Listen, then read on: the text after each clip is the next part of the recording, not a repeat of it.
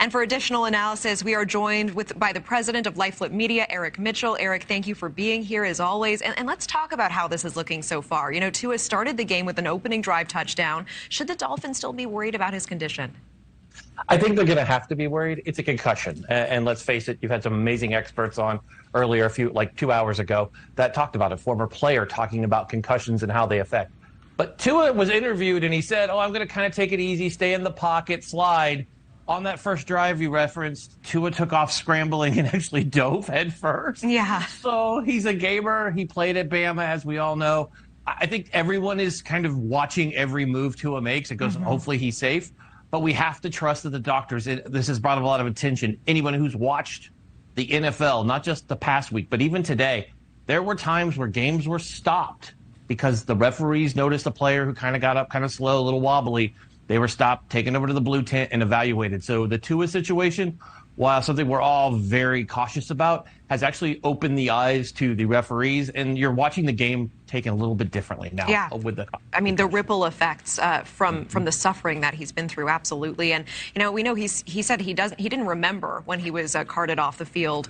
What does happen if he gets another big hit to the head here? Do you think they're going to hold it to the same standard of that new Tua rule, or are they going to be even more cautious and treat this more gingerly, given that he's just back tonight? I would hope that the rules apply to everyone and they pull him from the game and he's evaluated by the top doctors. And according to the NFL, that's what is out there. The top doctors are taking care of these players. Tua, on a personal note, he just needs to take care of himself. There's absolutely nothing to risk on a football field. We saw this with J.J. Watt just a few short weeks ago when J.J. said he had to have his heart shocked back into rhythm. Like, that's not normal for like a Wednesday. So these players need to realize that there's more than just this game, that their life is on the line. And I think, and that passes the message to the youth that look up to Tua, J.J. Watt, and all these amazing players that we have on the field. We don't want to see anybody die on the field, like Ryan said. 100%. I absolutely hear you. Meanwhile, a 2020 Super Bowl rematch. I do want to talk about this before we go. The Chiefs dominated the 49ers. What's wrong with San Francisco's defense? What's going on? Well, they're coming back from a lot of injuries, and they faced Patrick Mahomes and Travis Kelce in that amazing lineup. And I'm telling you, they're actually better without Tyreek Hill than they were with him.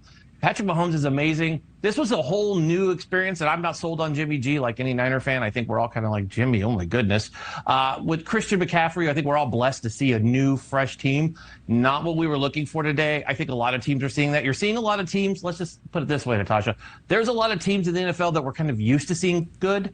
The Bucks, the Packers, and they're just not good. The Niners are included in that. They're just bad, and the teams that normally are bad are really good. Hi, Giants and Jet fans. You're probably celebrating because they have winning records. Interesting enough, here's a fun fact for everybody at home. Tom Brady hasn't had a losing record like he has right now since 2002. He's going through a lot, man. He's going through some things right now. It's hard. It's hard. Eric Mitchell, always great to see you, my friend. Thank you. Have a great night. You too.